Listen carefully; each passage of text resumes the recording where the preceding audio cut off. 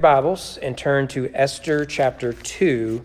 So what we're going to do is, because of Sunday evening, won't be preaching Sunday evening, I want us to look at Esther as a whole, similar to what we did last week with Nehemiah. But we'll look at Esther as a whole, which means we'll do a lot of skipping. And I'm hoping you should be, I believe, in chapter 6 today in your reading, that you'll see it from above, and as you read it, you'll see some of these details that we will highlight. Esther is one of those books that is really beloved but rarely read. There is some difficulties in it, and I doubt we'll be able to cover all of those today. I will say that I taught verse by verse through Esther years ago, and there was a lady in our church who just came out and said she was uncomfortable with the book. There were some implications there, particularly with a Jewish girl in a very pagan society. She struggled with from an American evangelical perspective. And she was ready for us to be done with it. Very faithful lady, loved Jesus, but was struggling with the book of Esther. And I suspect many who read it in any detail will do the same. But what we want to do is sort of get big picture of the story. And the first passage we'll read will be in chapter 2, but of course we'll do some skipping. Well, I don't know if you've ever done this. We all know the Disney princess movies, that they've made $1 trillion off of. But are you aware that those are based off of older fairy tales? Many of them are Brothers Grimm and other stuff. And they took those fairy tales and they reworked them for a young American audience. If you read those old fairy tales, there's details in them that are bizarre for the modern reader, shocking to say the least, and strange. And you can see why Disney made some of the changes that they made. I suspect maybe, although I found that most little girls and even grown women have a certain princess they like the most, for whatever reason. My daughter's favorite for a long time was Ariel, which I did not approve of, because of the whole, but Daddy, I love him. That's just, ugh. But in the end, she learns that Daddy knew best, so I guess that's good. But I suspect Cinderella is one of the more universally beloved. And I don't know if you know much about the original story of Cinderella, but it reads a little differently. For example, one of Cinderella's evil stepsisters, whenever the prince comes with the slipper and all that, she knows her foot won't fit in the slipper. So in order to fit in the slipper, and this is according to Brothers Grimm, she cut off her toes. And later, the prince was notified by little doves that there was blood in the shoe. Now, how he wouldn't have noticed that is beyond me. And he does, of course, eventually figure out the true owner is Cinderella. And what happens is the stepsisters, when they realize that Cinderella is going to be queen, they try to win favor with her, and they try to attend her wedding, all that sort of stuff. Instead, their eyes are pecked out by birds. So I don't remember that scene in the movie. I will confess to you, I have not gone back to watch the movie, and nor do I hope I have to go back and watch the movie, right? So if I ever have a granddaughter, maybe she'll talk me into it. But I've reached a point where just almost any animated movie, I'm not interested at all. Like, I've hit that point of just exhaustion. I mean, when they were little, my lands, that's about all we did, it seemed like. So, of course, Cinderella is the classic story of rags to riches. That so many stories tell that someone who is at the bottom of the societal rung ends up at the top of societal rung. And in many ways, Esther mirrors that story. She starts off as someone who is a defeated foreigner, right? She's been immigrated into a capital city, and she's away from her home, and she's trying to build a life here, and so she's at the bottom, and she eventually rises to become queen.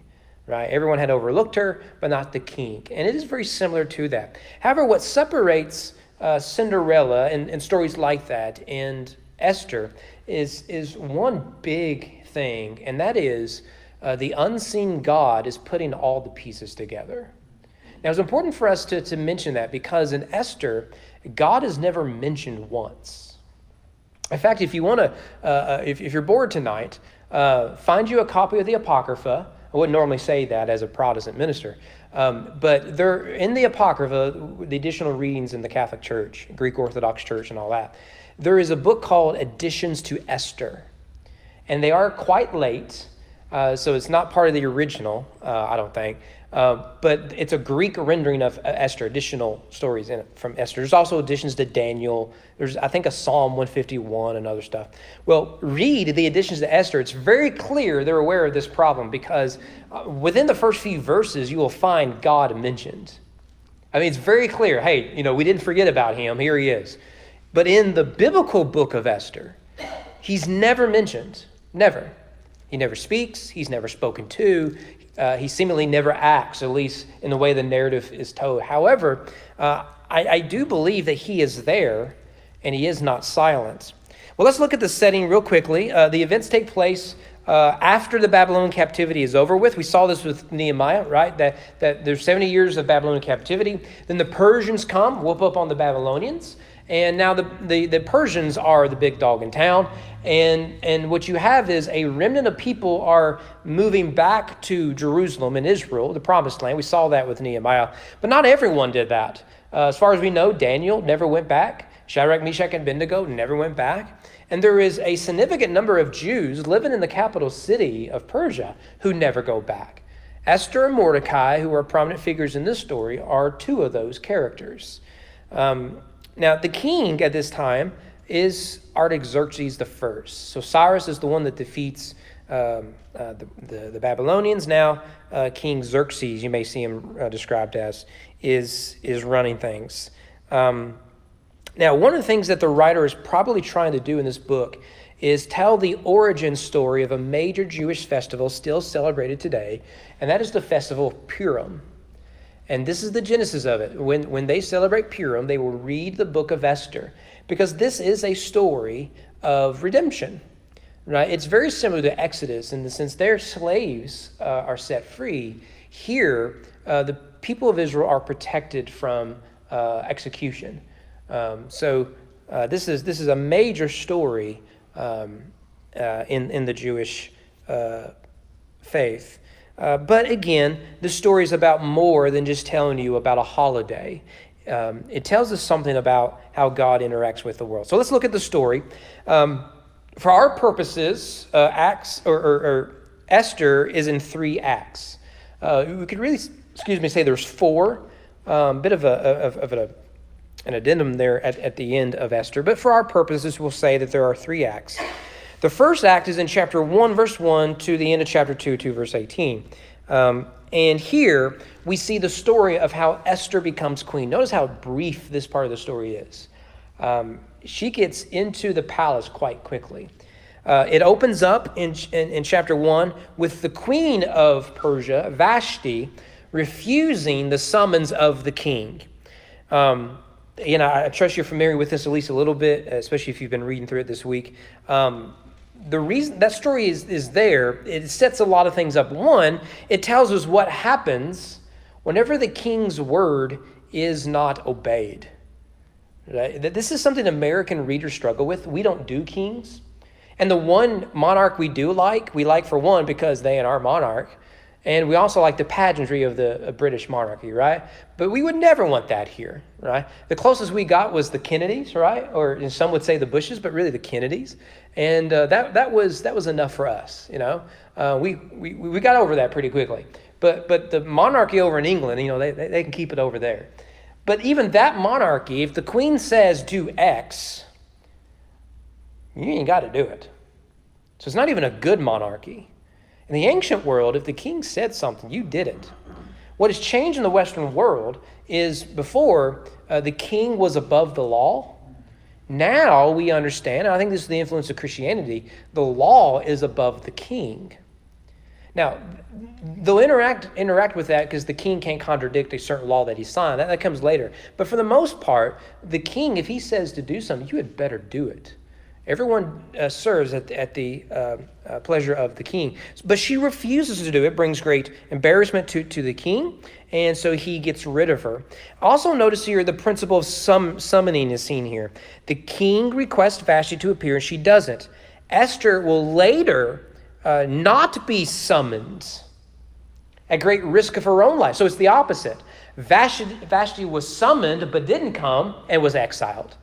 Esther will arrive without being summoned at the risk of being exiled.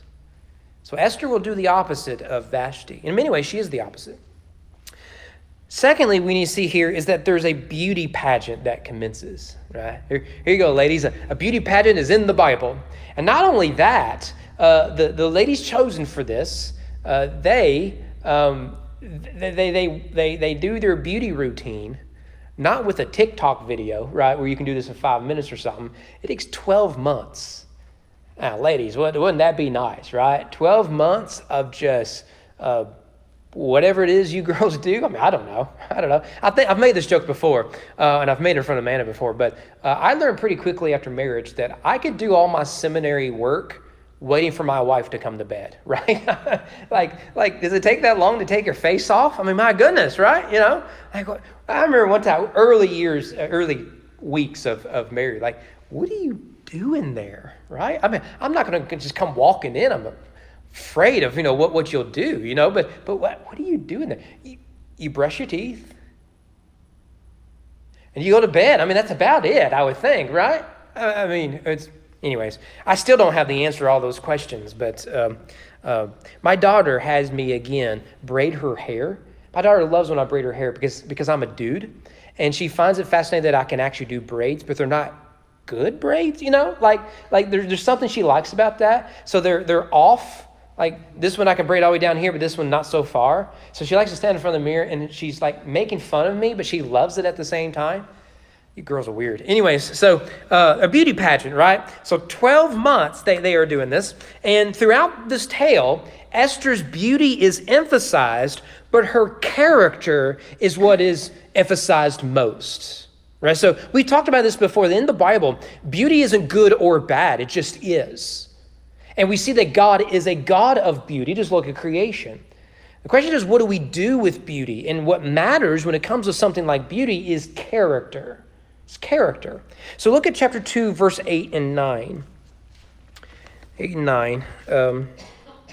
So when the king's order and his edict were proclaimed, and when many young women were gathered in Susa, the citadel, in custody of Hegai, Esther also was taken into the king's palace and put in custody of Hegai, who had charge of the women. And the young woman pleased him, and the young woman rather pleased him and won his favor. He quickly provided her with her cosmetics, her portion of food, and with 7 chosen young women from the king's palace, and advanced her and her young women to the best place in the harem. Now, what was the key here? Not her beauty. Oh, it was part of it. Sure, she's beautiful. But her character stuck out from everyone else.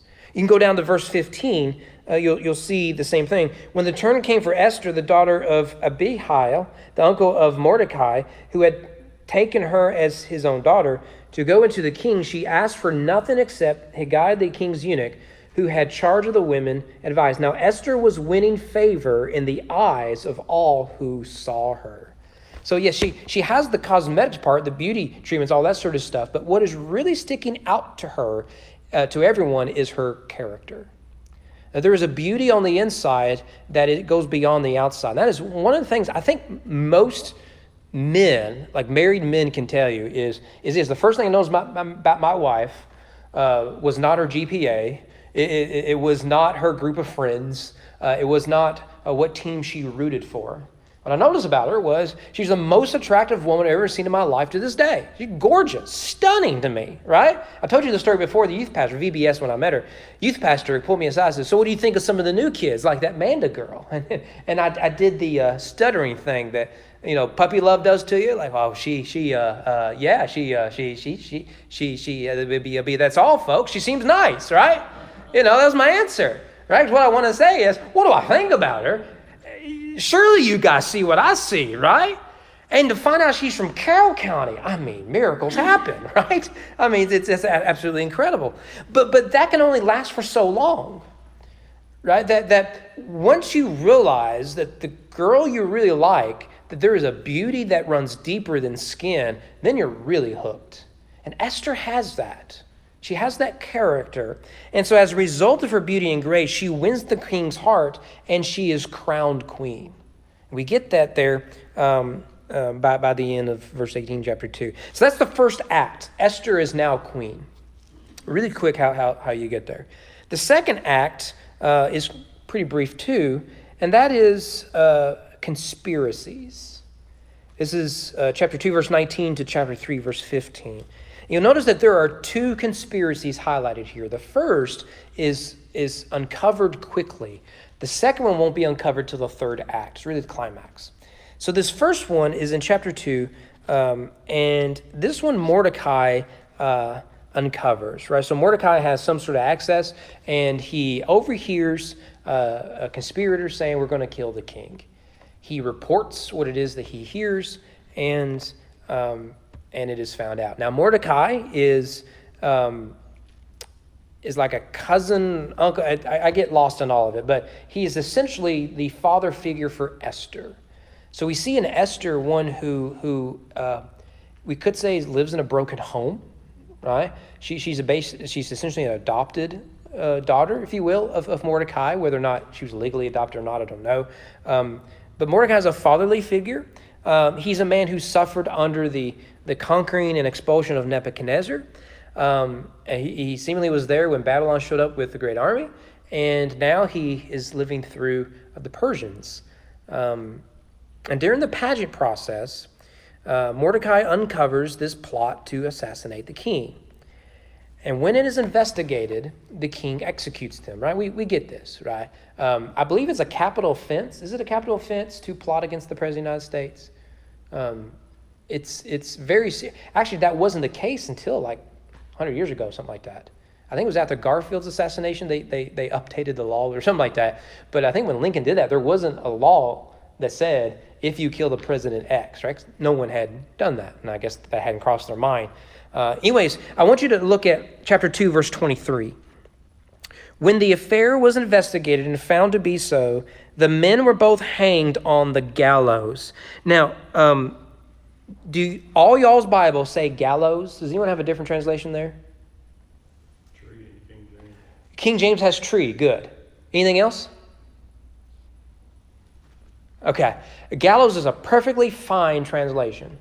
But if you want a literal word-for-word translation, which doesn't always work in translations, translation is interpretation, tree is the literal translation. They were hung from the tree. Now, in the history of crucifixion, it really begins with the Persians, but not the way we think of crucifixion with your arms out. The Persians used stakes. You would hang on a stake. And that stake would slowly just rip through your body, and you would be left there to hang until you eventually just died of exposure, blood loss, whatever, okay? Very barbaric, very rough way to go. And that's how the Persians like to execute their enemies and criminals like this. Now, that's going to play a role because this word, gallows or tree, is going to come back later. So here Mordecai uncovers a plot, and the punishment is death by gallows. Later, these gallows will be used for something similar, right? For really genocide. But this is also important because, let me add this. In Jewish thought, to hang from a tree, to be executed upon a tree, is to be cursed of God. Okay? That's a really important detail. Paul will make a big deal of this in Galatians, as will Matthew in the narrative, which we can't get into. So from the Jewish perspective, these men are under the curse of God because they are hanging from a tree. But what does it mean when a Jew is unjustly hung from a tree? God protects Mordecai from that by the end of the story.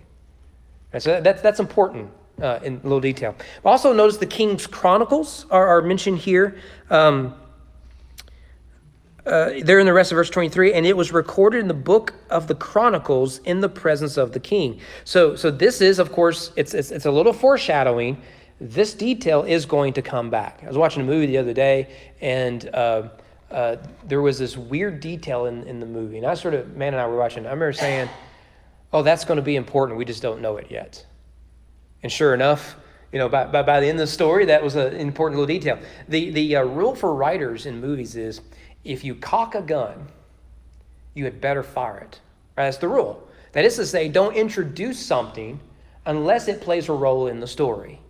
So here you see that this deed was recorded in the king's journal, if you will. And that little detail is there so that later in the story, that little nugget is found and it affects the narrative. Well, that's the first conspiracy. The second conspiracy is chapter 3, and this is Haman's plot. We're introduced to Haman.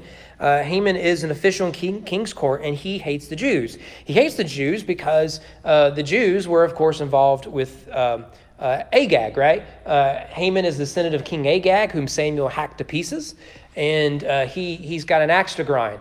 Now, this is the difference between ancient cultures and American culture. Ancient cultures, when I say ancient culture, I just don't mean those that don't exist anymore. I mean like Soviet Russia and modern Russia, right? What is their beef with Ukraine? Well, let me tell you a story of history, okay? Right? Go to the Middle East. What is their beef? Well, it was not what happened last week. It's what happened 1,000, 2,000, 3,000 years ago. Americans have very short memories. Right? I remember people, Democrats and Republicans, during the COVID. You remember that? They all said, well, in the next election, Democrats are going to remember Republicans. Republicans will remember what the Democrats did, right? You remember that? You remember that? And I thought, hey, election was like last year, right? At state level, like no one's going to remember by the time re-election comes up because we have very short memories as Americans. We forget things overnight, completely overnight. Not so in the ancient world. And so Haman, when he sees the Jews, he sees his family and his lineage suffering. And so he must deal with the Jewish people, he feels. Now, he really gets set off whenever Mordecai the Jew refuses to bow down before Haman, the king's official. You'll see here that Mordecai or Haman's problem is his ego. Boy, I'm glad that we don't have to worry about that anymore, right? But of course, this is a very common theme today. Notice that his anger at one man is demonstrated in his hatred for an entire people group. And does this sound familiar? Where tribalism rules and reigns, you do not see people as individuals, you see them as part of a group. And they are only part of that group.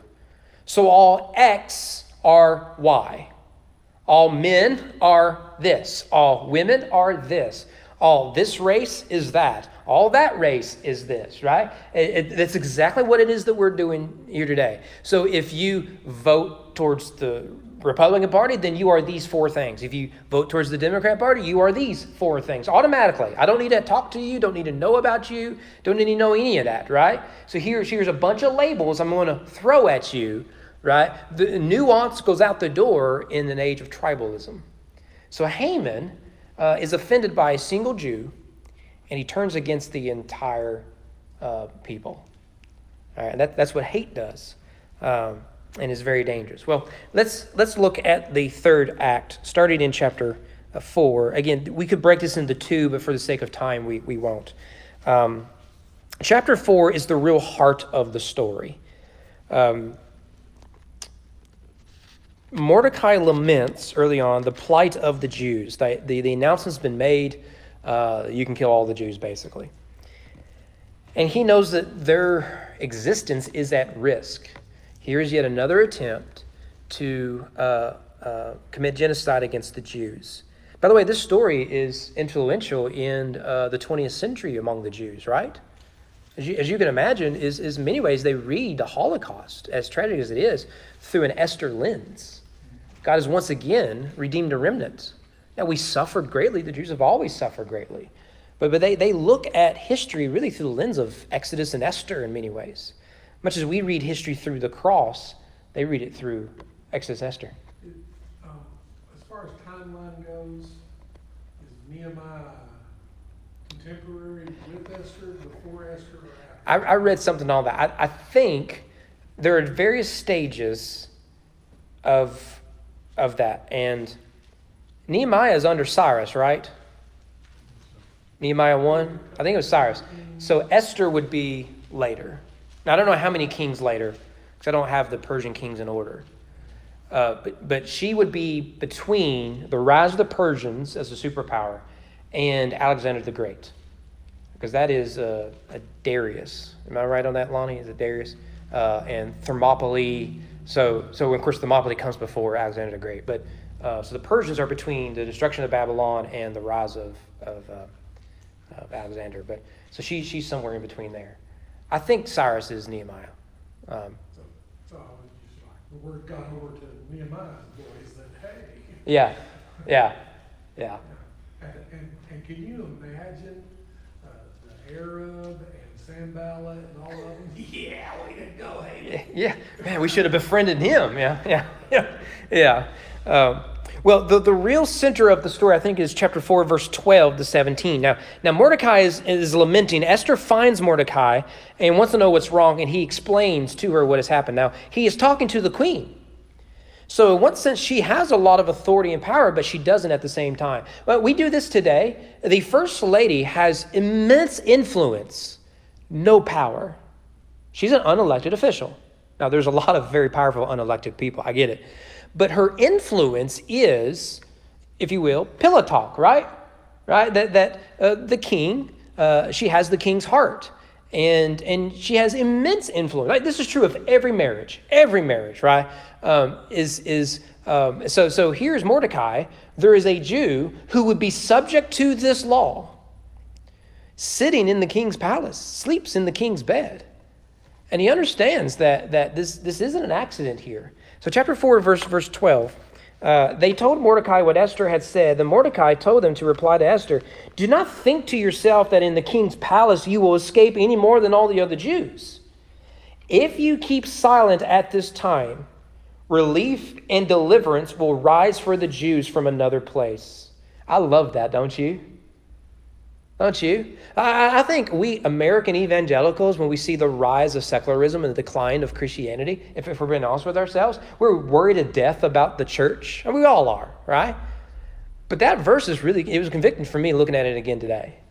Deliverance is going to come from somewhere. It may come after a lot of suffering, and we may die without ever seeing it, but deliverance will come because God has made a promise to his people. And we believe that, right? The gates of hell will not prevail over the church. Now, hell can have America all it wants to, but the church will triumph in the end. Well, that's good news. Here, Mordecai is saying, well, I hope it doesn't come. I hope I'm not executed unjustly. But if it comes, I'm going to die believing that God's promises are still intact. After all, look at what he did with Nehemiah and Ezra and all that. So, deliverance will come from another place, but you and your father's house will perish. And who knows whether you have not come to the kingdom for such a time as this. That's the root. That's the center of the story. Then Esther told him to reply to Mordecai, "Go, gather all the Jews to be found in Susa and hold a fast on my behalf. Do not eat or drink for 3 days, night or day. I and my young women will also fast as you do. Then I will go to the king, though it is against the law, and if I perish, I perish." Mordecai then went away and did everything as Esther had ordered him. Now, she goes from being afraid, I can't violate this. Don't you remember what happened to Vashti? She was summoned and show up. She was exiled. If I show up without being summoned, I will be exiled. I can't do this. And Mordecai says, what if the reason you're there is because of God's providential grace? Don't think your beauty is what got you there. God is the one that got you there. Notice God's never mentioned here. Not once does his name ever show up. This is really what I think makes Esther so powerful, because God is as unseen in the narrative as he is in reality. Yet he jumps off the page at us, not even looking hard. He's right there. So what she does is she devises a plan, and so you'll get the term's leaving me. So sort of a bookend. You have a feast in chapter 7, or chapter 5, a feast in chapter 7 with the king being asleep in chapter 6. Okay, so between chapter 5 and 7, it starts the way it ends. It ends the way it starts, and so that tells us that what happens in the middle is really where God is moving the pieces. In chapter 5, the queen hosts the banquet. She invites the king, of course. He's the guest of honor, and also Haman. right? She's got a plan. She's going to get on everybody's good side. She's going to bring out the best fine china, right? And, you know, the dishes and stuff that your mom got out whenever you had guests over that you didn't even know you had. She's bringing all that out. Haman is just being praised to the hilt because she knows he's a man of ego, and she's just milking that ego for all it's worth. She set him up for a great fall, right? And so in chapter 6, the king is trying to sleep, but he can't. He's suffering from insomnia, which I feel seen and heard now, right? You know, I've slept great the last 2 days after like 5 days of not sleeping good, right? Which means tonight's probably not going to be very good. But the king can't sleep. So he does what a lot of insomniacs do, right? What can I do to keep my mind from running? That's what a lot of people try to do. Good luck shutting your mind off. If you have a mind that never shuts off like mine, good luck with that. But one great strategy is to wear your mind out. And there are 1,000 ways of doing that. If you play a pointless game on your phone, trying to knock down all the blocks or count all the colors, I don't know what it is, that is a strategy. Now, the problem with that is the blue light. But those sort of strategies, I will maybe listen to a book, play FIFA, on PlayStation, because you don't have to think about kicking a ball. And I can pay attention to what I'm listening to, so I can read, yet my mind is just running a mile a minute, whatever. Just whatever I can do just to wear my mind out. Well, what is his strategy? He's going to read the Chronicles of the King. He's going to read about himself, right? But this isn't a narrative in the sense that we think of a story that's meant to entertain. These have been written in order to inform. This is what happened, followed by this, followed by that. Right? So it's not even good reading. Like, would you want to read a genealogy? A biblical one or otherwise? Probably not. Yeah, and he's boring himself with himself. I mean, makes you wonder what Esther saw in the guy, right? So he's reading about himself, right? But it's boring reading, and yet in the middle of that, the story of how Mordecai saved the king's life comes up. So he asks, "Did we ever do anything about that?" That doesn't look like it here, King. Looks like we just forgot about it. The king has this great idea. He orders Haman to come in, who I'm sure was sleeping just fine in his bed of ego. He says, I want to plan just the greatest parade for anyone. Just how would you want it? Of course, Mordecai or Haman thinks it's for him. He's been buttered up by Esther. Well, clearly the king thinks I'm the greatest thing ever. So he plans his own parade. Now, I don't know about you, but you have to be the most arrogant, prideful person to plan your own parade. I think I've told some of y'all this before, but we got to go. But I planned my own ordination because I got tired of waiting, and I hated that. The church I was pastoring, they didn't like I wasn't ordained. I was licensed at 18, and I served for 5 years at a church as youth pastor. They didn't like I wasn't ordained, but they never ordained me. I always thought the church should ordain you, right? And so I become a pastor, and they say, well, we got to get you ordained. I'm like, okay, get me ordained, right? The church has to bring this up. The church has to, right? All that sort of stuff. They just never did it. So eventually I got tired of waiting. And the big reason is I couldn't go into the prison because I didn't have the paperwork. So I just said, the first Sunday of next year, it's like in December, you're going to ordain me, right? There was no vote, right? And I went, bought my own ordination gift. Right? Instead of having two speakers, because I had to plan my own service, instead of having two speakers, I had once Robbie, my youth pastor, did it. And we didn't have a big meal or celebration. I had, I think, 5 people at my ordination council. 3 of them were our deacons at the church. One of them was a friend. The other guy was the one in charge of it, right? I mean, that was it. I didn't want nothing. And then you plan your ordination, I wanted it as small and simple and over with as fast as I could, right? I can't fight my ordination now, but that's a whole nother story. So you come on, you see my license when I was 18. So again, that's a whole nother story for another time. But this guy wants to plan his own parade. He's really excited about it. And of course, the funny part is it's not for Haman, it's for Mordecai. And now Haman is put in charge by the king to organize it and run it and make Mordecai the center of attention. Well, that just really frosts him, right? Do people still say that? I hope not, right? Really frosts him, right? And he gets really mad. Well, look at chapter 7, verse 7. By this point, Esther has another feast, and instead of buttering him up, she's going to tear him down. And she exposes that Haman is after his queen. Not just the Jewish people, but after his queen. It's funny, isn't it? How hard it is to hate when you get to know someone in that tribe. Have you noticed that? I don't like anyone of this group, and then they move in next door. So the king's like, okay, so the Jews, oh yeah, they're terrible. Oh, my wife's a Jew. I like her.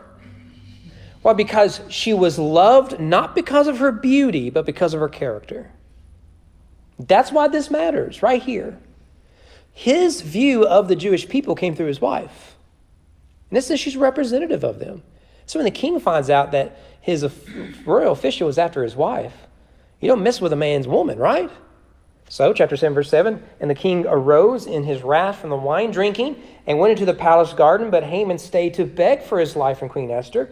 My, how the turntables, for he saw that harm was determined against him by the king. And the king returned from the palace garden to the place where they were drinking wine, as Haman was falling on the couch where Esther was. And the king said, will he even assault the queen in my presence, in my own house? Yeah, that ain't good, right? As the word left the mouth of the king, they covered Haman's face. And Harbona, one of the eunuchs in attendance on the king, said, moreover, the gallows that Haman has prepared for Mordecai, whose word saved the king, is standing at Haman's house 50 cubits high. And the king said, hang him on that. So they hanged Haman on the tree, on the gallows that he had prepared for Mordecai. Then the wrath of the king abated. It's beautiful irony, isn't it? His ego gets him in the end. Ego and hate, those two often go together. And the irony is, of course, what was saved for Mordecai is now reserved for the descendant of Agag. So once again, Agag gets hacked into pieces. In this case, he gets hung. A terrible way to die. So just to round it out quickly, chapter 8 to chapter 10, the queen will intervene again. It's the main story here is over with at the end of chapter 7, but she has to sort of finish the rest of the story, and that is that she intervenes on behalf of the Jews. So now the Jews are given the right to defend themselves. So they were going to be the victims of the law. Now they become empowered by the law. So the king can't contradict himself with this law, but he can add to it that the Jews can be armed. And this is seems like there should be a Second Amendment joke, but you can't make those jokes right now. It's too sensitive. But basically, they are allowed to defend themselves, and many people do die as a result. So you come full circle through the end. So what do we do with this? So this is what I want to spend the rest of the time with. This story is all about Jesus. Yeah, that's always our goal. Anytime we read the Bible, particularly Old Testament, we want to know, where's Jesus in all of this? Right? And we should remind ourselves that of all the books of the Old Testament, Esther is ranked among the more controversial ones. Song of Solomon may be the number one controversial one for us. I'll never forget, I was exegeting Song of Solomon at a church I served at, and an elderly lady looked at me and says, Brother Kyle, are you trying to tell me that's in my Bible? Yes, ma'am, it is, right? Just what are you going to do with it, right? So we don't like to read Song of Solomon unless you're a middle school boy at camp or something, and you discover it. But Esther ranks up there as well. For one, it doesn't mention God. There's some questionable morality, even of your heroes here, right? Many have complained there's little to no gospel content in the book. The leader here is actually Martin Luther. And I think they're completely wrong. Let me just highlight, I think two main things here. First of all, we've already seen the providence of God. Although God is never mentioned, his presence is evident on every single page. And in many ways, Esther here is like the story of Joseph. although Joseph is more explicit in reference to God's providence. But God is orchestrating all events for his glory by the end of the story. And that's what we mean by God's providence, his sovereignty over the events of the cosmos. And so look at a few examples here. It just so happened that Esther was a beautiful woman full of grace and character at the time the queen was exiled. Just so happened. It just so happened that Mordecai uncovered the plot to kill the king. Could have been anyone. Just so happened it was your boy Mordecai. It just so happened that Esther is named queen and is adored by her husband, unlike Vashti. It just so happened that Haman prematurely builds the gallows that will be the place of his execution. It just so happens the king suffered from insomnia on a particular night, made a request to read a particular book, and the person reading read a particular entry. It just so happened. Just so happened. And it just so happened that honoring Mordecai made Esther's uncovering of Haman's plot treacherous to the king. Because Haman is after not just the Jews, but Esther and Mordecai. And Mordecai saved his life. Therefore, he's a good guy. And you're trying to kill him. This is expressed in two occasions in the book. We saw chapter 4, verse 14. How do you know that you weren't raised for such a time as this? You can go back to chapter 6 if you want to. Chapter 6, verse 13. I'll read it quickly. Haman told his wife Zeresh and all of his friends everything that had happened to him. He's whining, right? A man of ego. Then his wise men and his wife Zeresh said to him, if Mordecai, before whom you have begun to fall, is of the Jewish people, you will not overcome him, but will surely fall before him. God's providence is expressed by a pagan woman, just like Pilate's wife. Yeah. It occurs to me, now I'm not very familiar with Hebrew literature, or in this case, Persian literature. He must have really not been able to sleep, because he made it all the way to the end of that book. Yeah. That's right. That's right. Yeah, you're exactly right. I have on my phone, I have an RSS reader. It's one of the ways I keep up with news and stuff. But you can save stories. I'm down to 19 stories. I checked it today.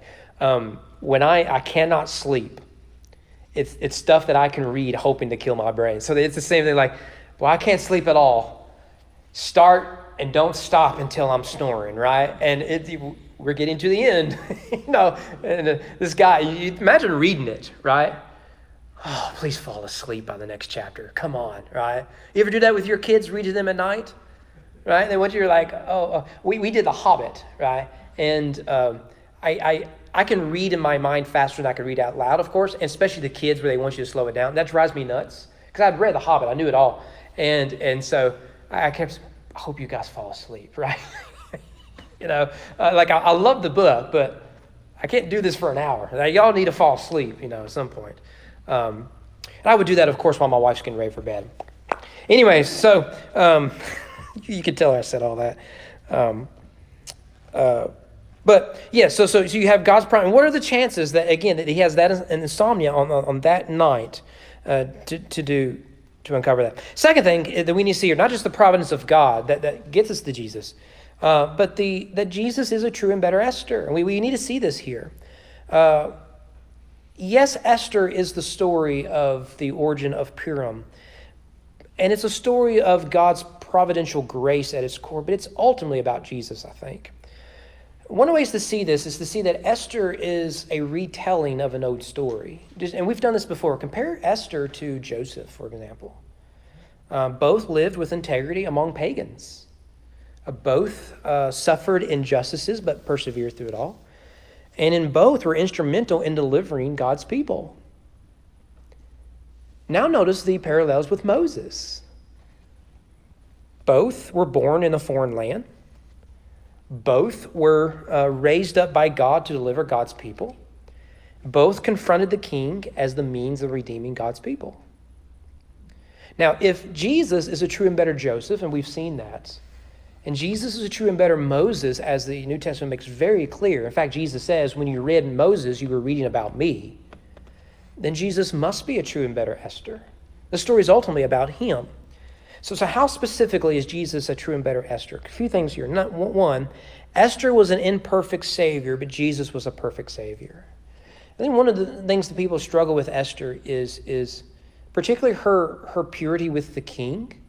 We would like it if all of our heroes were perfect and didn't violate God's law, but she does. She's a Jew who marries a Gentile. That violates the Mosaic law. And it's very likely from the text that she was a type of concubine until she was made queen. So her purity of marriage was lost. And that lady I was telling you that didn't like the book of Esther, she struggled with that. How can God honor someone who seemingly unrepentantly went through a lot of this sort of stuff? There's a big part of me that says, I don't like the idea of a guy taking a bunch of women out of the culture, saying, you're going to look your best, and I'm going to see who I like the most. Like that is wrong. That's evil. Yet what we see in the story is that God used an imperfect woman for his perfect providence.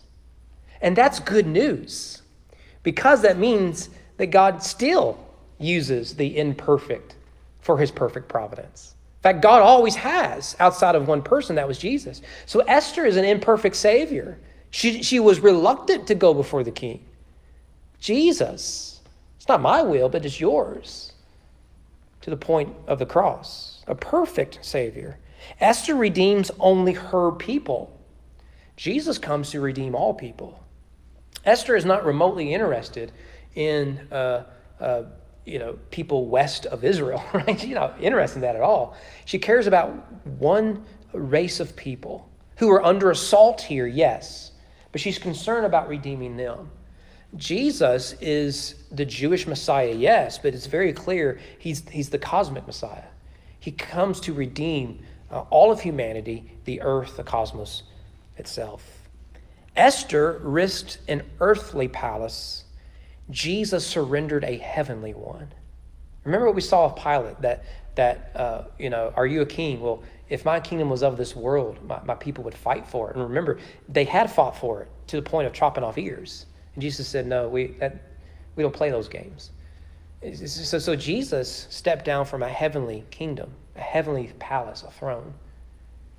So it's really the opposite of Esther in many ways. Esther goes from a pauper to a princess.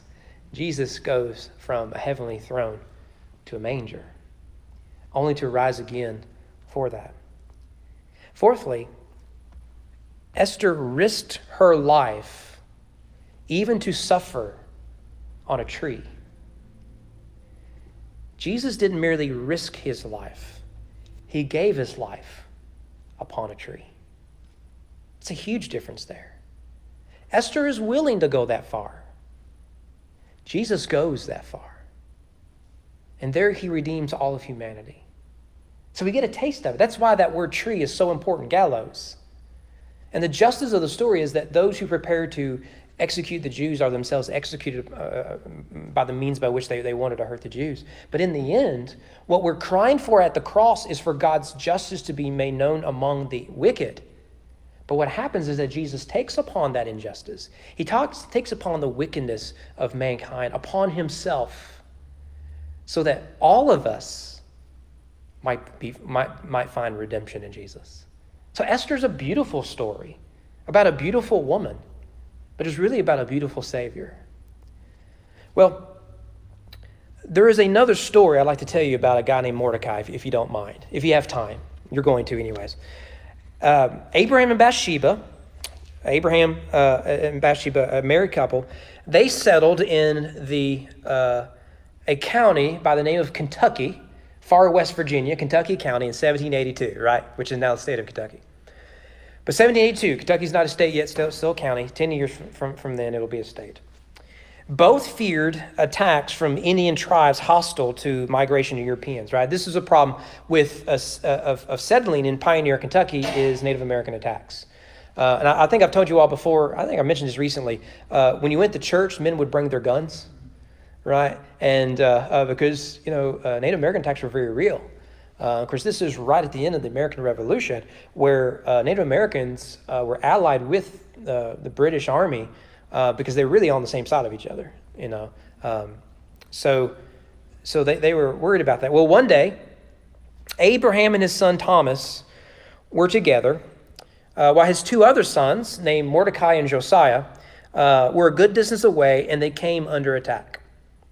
Abraham and Thomas found themselves fighting off a number of Native Americans, all alone. Josiah ran to the nearest fort, which is how this worked. We still have forts around here today. Frankfort, don't know if you've ever heard of it. Hardinsburg was Herod's town, or Hardsburg, that's where I came from. Harrodsburg, gosh. Harrodsburg was Herod's town, but it was a fort. You can still go to the fort, right? Boonesboro was a major fort. Everyone had fort. My ancestors had like 5 forts called Craig's Fort, and good luck keeping them separate from the other, right? They're all over the place. And so you may live outside of that fort, but in times of trouble, you ran to the fort, and there would be men with guns that come out and help you, or you flee to the fort, right? It's a place of refuge. Bryan Station was a major fort. It came under Native American attack. That's a whole story of itself, but I won't bore you. That attack, I believe, a gun from that attack is in the arsenal down here, down the hill of East Main. Go in there. It's fascinating. You don't care about that. What were we talking about? Abraham. And so Josiah, the son of Abraham, runs to the nearest fort looking for help, while Mordecai ran to his home to help fight off the Native Americans. He ground his gun as his sisters and mothers were cowering in the corner of their home, and Mordecai witnessed his father to be shot and fall to the ground dead, and his younger brother Thomas about to be captured. At this point, Mordecai grabbed his gun, took aim, and shot the Native American about to kidnap his brother. He then rescued Thomas, climbed into a tree, defending his family until help could arrive. His story would have been played out, and I could tell you other stories similar to it. Very common story at this time. Can you imagine being a widow in the dangerous frontier with 5 children to raise, no husband? I mean, you want to know what a strong woman looks like? Don't go to Berkeley. Go to Pioneer, Kentucky in 1782. Them are strong women. Real women. Well, from their perspective, they probably thought, why would God allow this to happen? We're minding our own business, just wanting to raise our children. Why would God allow us to suffer like that? The way I like to describe God's providence is that it's like watching a marching band. We are on the sidelines, and what we see looks like chaos. The tuba players running over here, and the color guards running over there, and the flute players, no one can hear them anyways, but they're running around. And right, you got someone orchestra, but you don't really. But if you were to stand at the top of the bleachers, you can see that what is chaos from the bottom is really ordered from the top. And if you are the widow of Thomas, it was Thomas, or Abraham rather, who died, you would think it's just all chaos, pointless chaos. But from God's perspective in the bleachers, it was all part of his plan. The saving of Thomas seems insignificant, but little did they know who Thomas would become. He would have a son, and his son would be named after his deceased, murdered father, Abraham, who would become the 16th president of the United States. His last name is Lincoln. Lincoln never knew his grandfather, who was killed by Native Americans. So too, you never know what it is that God is doing in our lives. But God does. We just have to trust him. Well, I can take a hint. Let's go to the Lord in prayer.